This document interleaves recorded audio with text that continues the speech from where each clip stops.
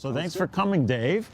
Well, it's my pleasure. Yeah, so I want to start that if those of you are watching, if this looks like a familiar face to you, it's probably because you've walked into Athletic Park and got up on the third base side and were greeted by usher. I don't know what you're called, if you guys are called ushers, game day staff, whatever, usher, like that. Thing, yeah. Well, that's Dave. So Dave is in a lot of ways a representative of the Woodchucks, because he's a face that's there.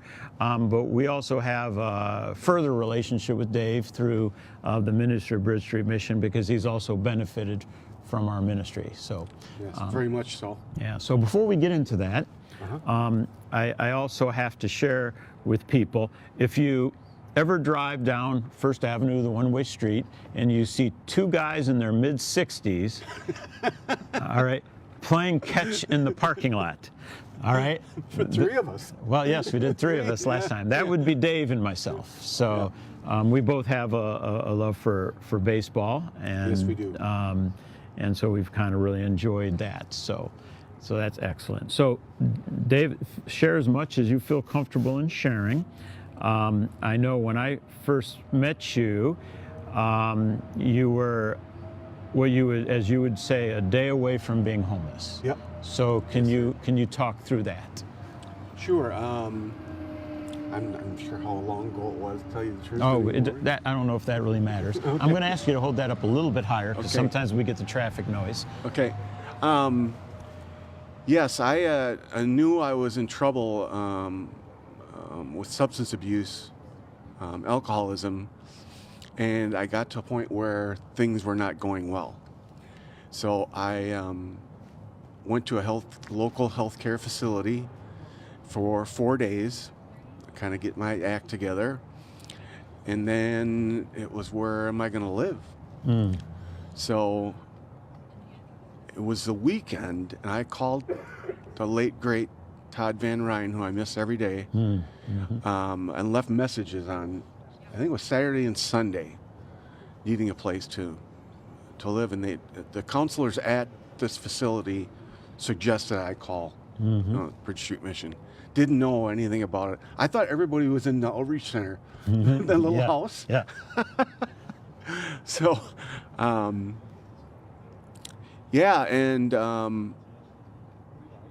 so, you know, with the interview and things like that, and then Todd and I had a prayer together, and it was not a short prayer. It was 2-3 minutes long.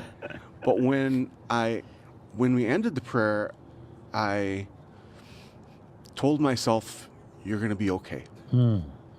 This is a safe place, and you're going to be okay."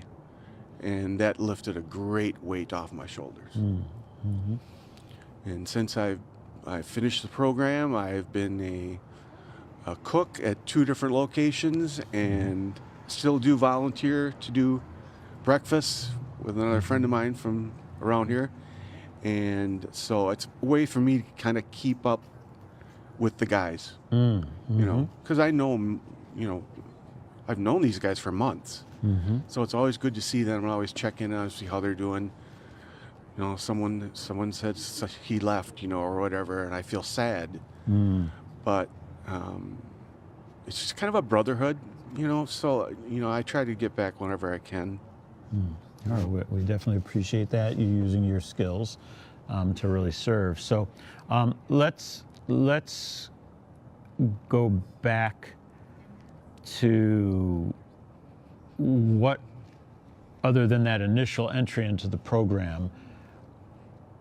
And we know that your path to wholeness wasn't a straight line. No. All right. No. And this is probably true for many of us as you struggle with addiction. There's victories and there's challenges, and there's victories and there's challenges, but it's an upward trajectory. Try to stay on the flat line. Yes, to wholeness. And so what would you say in the programming that would be a breakthrough that really helped you the most in your recovery? Well, I was very fortunate to have you as my counselor, or, you know, for the Genesis Project, because I think you were more experienced than everybody else was, because you were you'd gone through it and you knew what the program was about. But I think you and I talking about some things back in my, childhood and early adolescence, and just basic times in my life where, I could have been better. And you and I talk about how the guilt and the, I'm sorry for things I did.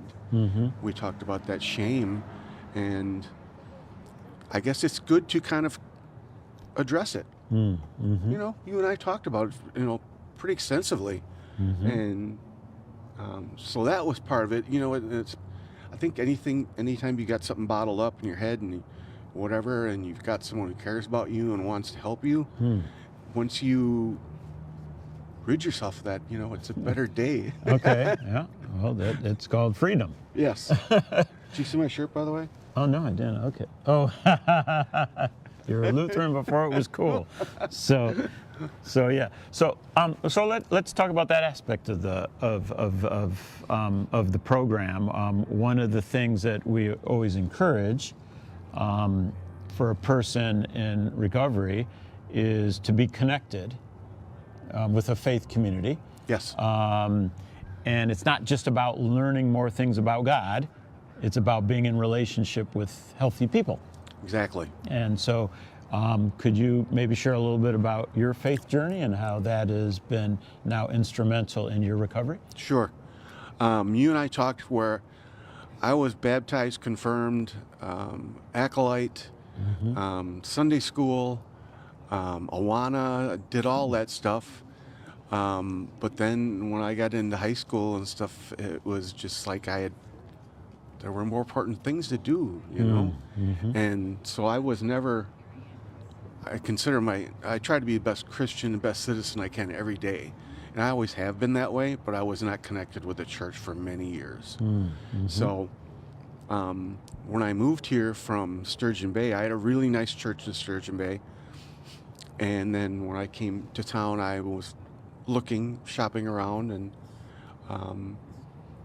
and found a church here. And you and I've talked about this. Is I gauge my success to being with people going to church. It's when I stray away from church, it's never good. Okay. So it's really an important thing for me. Yeah. Okay. Excellent. So what, if you had the opportunity to share with our audience,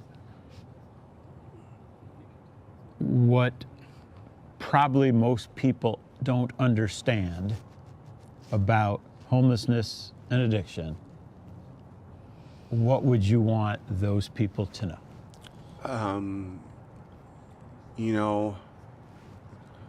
It's a really, really empty feeling when Okay. you think you have no place to go. Oh, okay. Yes. It's thank goodness I didn't have to do that, but I just like people to know that, alcoholism is a disease, just like addiction's a disease. And sometimes those addictions will grab you by the throat. They won't let go.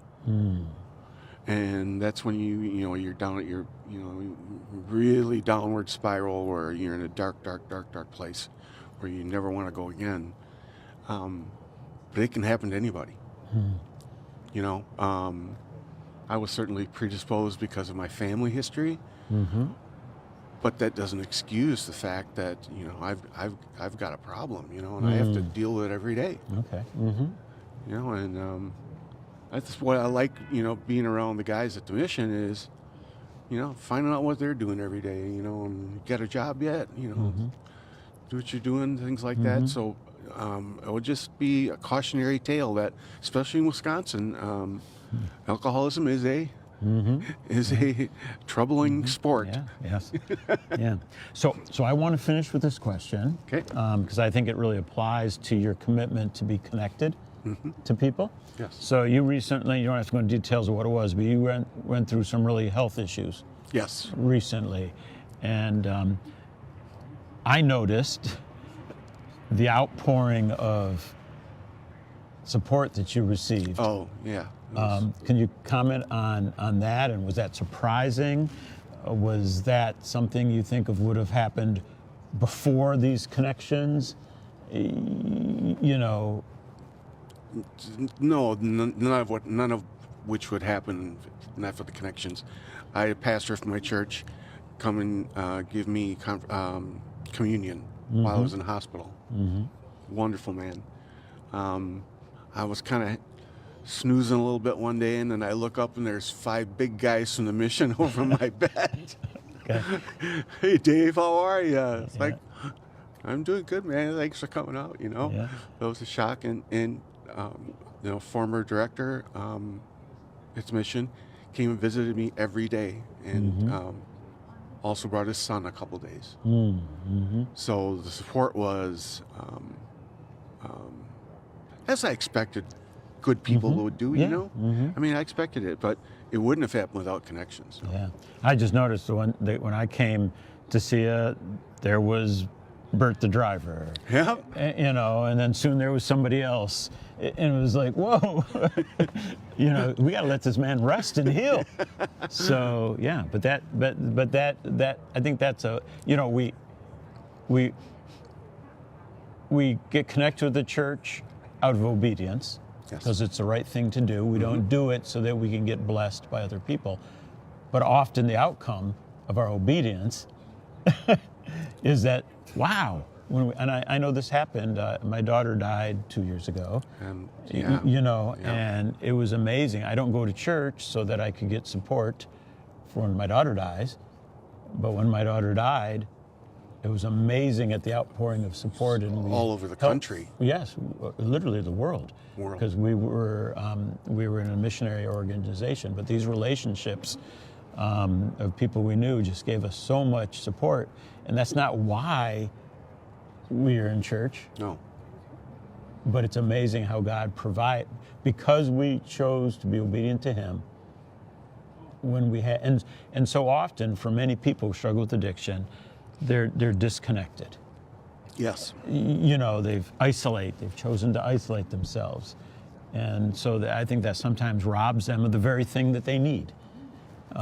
So, great. But you know, my mom always, sometimes she'd go to church with me, but even when she didn't, I was acolyte or doing something, she said, "Don't you feel good when you come out of church?" And that's always stuck with me. You know, it does feel good. I mean, it kind of recharges you, you know. That's my story. All I'm right. sticking to it. Yes, that's right. Excellent. Okay. Well, any last comment that you'd want to make to people who are listening? Please support the mission. They're now serving meals in just a beautiful kitchen and dining room, and the ladies' portion will be coming up soon, and it's going to be a really nice centralized hub for people who need a little lift. You know, whether it's a lunch or whether it's talking to someone about faith or whatever it is, but it's a good place to hang around, and the guys there are amazing. So good. All right. Well, thank you, Dave. You're welcome, All right. Craig.